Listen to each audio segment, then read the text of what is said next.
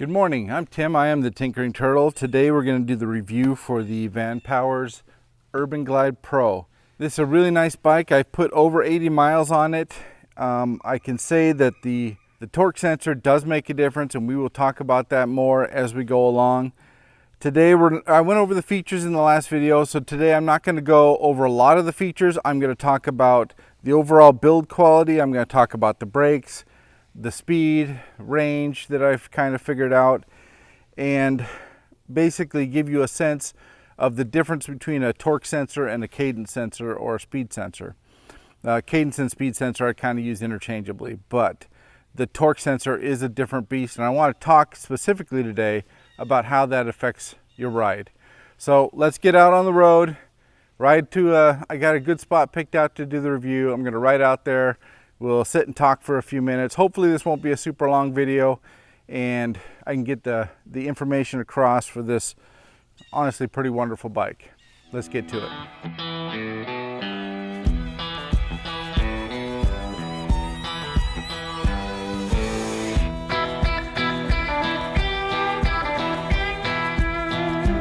I made it down here to one of my favorite spots, and we're going to talk a little bit about what I think about the bike. Let's start with build quality. The build quality is exactly what you'd expect from a $2,000 bike. And this bike is sub $2,000.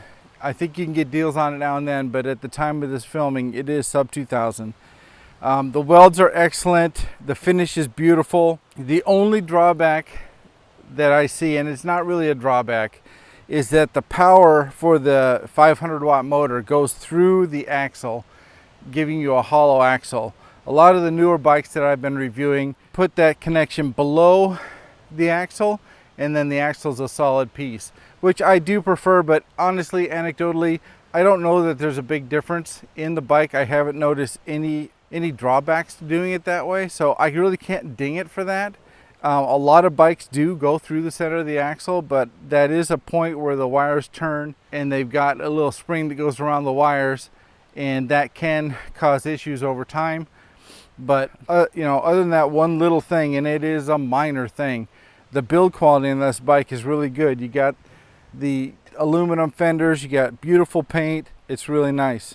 As far as the configuration goes, it comes with the adjustable stem and the suspension seat post, which gives you right out of the box an excellent riding position. Now I will say that this suspension seat post, while the seat is comfortable, for a guy my size, which is almost 300 pounds, I couldn't find an adjustment for the spring that would give me a nice, easy ride. I do think if you're under 200, like my wife rode it, and she said it works perfectly, and she's obviously well under 200 pounds. So I think in that situation, if I were going to make this a daily rider, I'd probably put a little nicer seat post on it and get something like the Suntour NCX, which is the one I've used quite a bit, and I do have a video about that in my YouTube channel. But I would only suggest that for people, you know, well over 200, because it's just a matter of the spring inside that piston style seat post. I couldn't find the adjustment that would give me that nice easy ride without bottoming out. But other than that, the configuration of this thing, it comes with a nice rack so you can put your bag on it like I have here. It comes with suspension forks, which work excellent. I had no issue with them at all. So out of the box, the configuration comes with the tail light and the headlight. We've talked about this in the last video. It's as good or better than most of the, well, actually it's better than most of the $2,000 bikes that I've seen, because it comes with the adjustable stem, or the suspension seat post and the adjustable stem. So I'd say, you know, that it gets an A+. Obviously this bike has hydraulic brakes. They work fantastic. I've done emergency stop testing with it, which is what I do is I get it up to full speed, which is, you know, 24 miles an hour, and I'll just reef on the brakes as hard as I can. And I'm being a bigger guy, 6'3", almost 300 pounds. This thing will bring me to a stop dramatically quick, which you would expect out of hydraulic brakes. In addition to that, they're not loud at all. They're nice and quiet. So the brakes, you know, are definitely industry standard, and they work perfectly. It does come with a 500 watt motor. The 500 watt motor is extremely quiet. It does give you a lot of power going up hills. It is a bike. You're going to have to, you know, pedal up hills. You can't just cruise with your thumb throttle, which honestly, depending on the size or the steepness of the hill, is pretty normal for all bikes. I've been impressed with 500 watt motor bikes because they can use a smaller battery, in this case a 14 amp hour, with the 500 watt motor, and they can extend that range out. The motor gives you a lot of power. It gives you that power very quietly. And as far as range goes, they state 70 miles on the website. Now, someone my size is never going to get 70 miles. I'm too big, I weigh too much, a little bit of a wind resistance, so I wouldn't expect that. But based on what I've seen as I ride this thing, and this is, say, pedal assist 3 on gear 8, I found that I think I could probably get 55 miles out of it, maybe 60 if I pushed it hard. I think that's possible. The fact that you're running thinner tires, so you got less rolling resistance, you've got a smaller motor, and you still got a 14 amp hour battery, kind of gets you up to that point. And I don't think it'd be any question at all that someone my size could do that. So again, I've been very impressed with the 500 watt bikes that I've had, and this one, you know, stepped right up to the same level. As far as speed and pedal assist, this is a class 2 bike, so everything's limited to around 20 miles an hour. Whether you're throttling or you're doing pedal assist, the motor will stop giving you assistance at 20 miles an hour. I haven't gone into the settings and see if you could change that. Honestly, I don't ever ride more than 20 miles an hour. Typically, I ride between 15 and 18 miles an hour, so I don't find that to be a big factor. It gets you there without any trouble. I will say that being this is a torque sensor, I played with the pedal assist a little bit on, say, pedal assist 4 and gear 8. If you're just basically lightly spinning the pedals, you're going to get 15 miles an hour, at least I did. And then if you really start cranking on the pedals, that will accelerate up to about 18 miles an hour.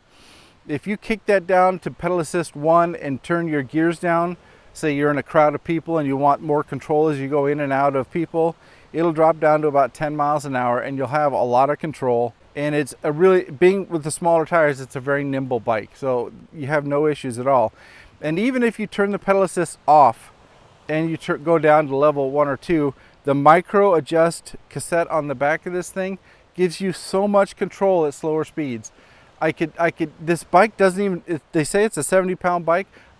It doesn't feel like it when you're just riding at those lower gear levels through a crowd with no pedal assist. It feels like a 30-pound bike. It's nice and nimble, you get a lot of control, it's wonderful. The balance between, you know, going the higher speeds and going through a crowd like that is fantastic. It really works well. Obviously, it's an easy on, easy off bike, so the big step through like this. The seat is comfortable. If you're gonna ride it cruiser style like I have, where the handlebars are up higher and you're sitting up straighter, that puts more pressure on the glutes, obviously. I might consider a bigger seat, but if you're riding it anywhere in between, you know, a more aggressive stance maybe, this seat is really, it's fine. It's no problem at all. You're not gonna have any issues with it. So the seat does really well as well. The screen looks nice and bright, even in full sun conditions. You get the speedometer, you get your battery, you get the total miles you have on the bike, and your trip miles. It says 0 right now because I've turned the bike on and off, so the trip miles automatically reset where the odometer doesn't. This tells you it's trip, this tells you odometer. It shows you're in neutral when you're in 0 assist. A simple click of the upward button puts you in assist level 1, which then the throttle will work, but in pedal assist 0 it does not. This gives you all the information you need, plus the time, which I thought was interesting. Again, I haven't spent a lot of time in the settings for this bike, but I do like the screen, I like the shape, I like how easy it is to find everything on it. So the last thing I want to talk about in regards to this bike is the elephant in the room, which is the torque sensor. Now, I talked a little bit about this in the last video, the difference between a cadence/speed sensor, which is just a set of magnets that can tell if the pedals are spinning, but they can't really tell how fast or how hard you're pushing on the pedals. The torque sensor is different, and this is one of the few bikes that I found in my review of a bike sub $2,000 that has a torque sensor in it.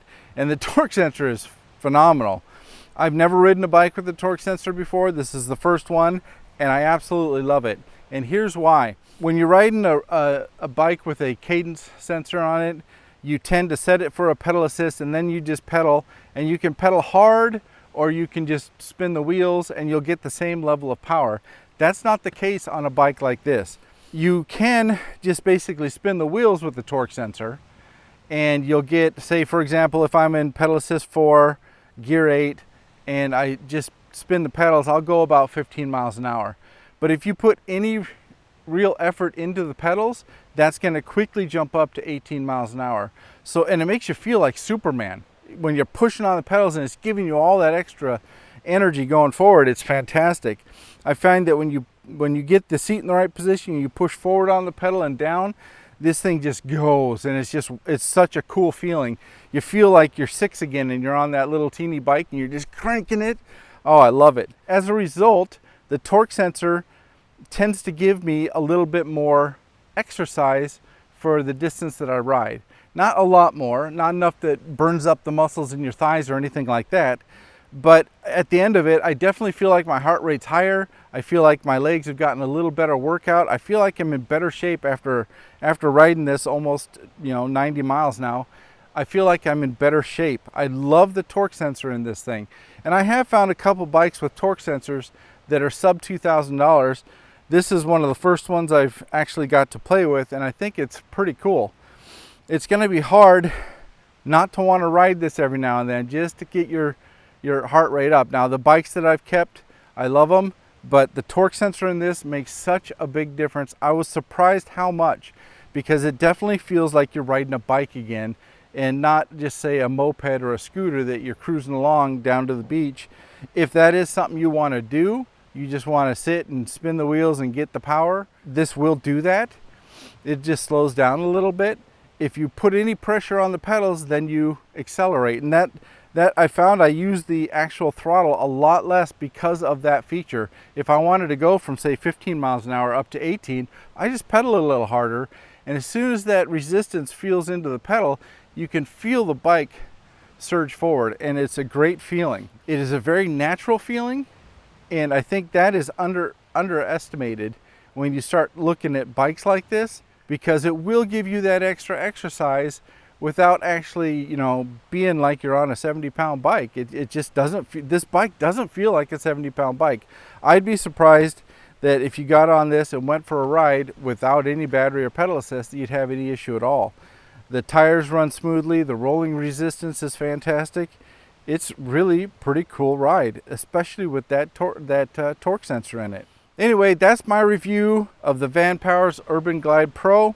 I think it's a pretty cool bike. I do have links in the description below where to find the bike, where to look at the specs, all that stuff. If you are interested, it is an affiliate link, so go ahead and click on it. If you're not interested, I get it. But I have to say that if you're looking for a bike that's going to give you a little exercise and still give you all the benefits of an e-bike, this is pretty cool. I've ridden this in urban settings, on the way to the beach. Obviously, I'm in a beautiful beach situation here, and I can tell you that the balance of this bike between those two settings, or commuting or anything like that, is really phenomenal. You get kind of the best of all worlds with it. You should definitely check them out. If no other reason, just to check out the specs on this thing. They're pretty cool. If you made it to this part of the video, I really do appreciate it. Thank you for watching, and I will catch you next time.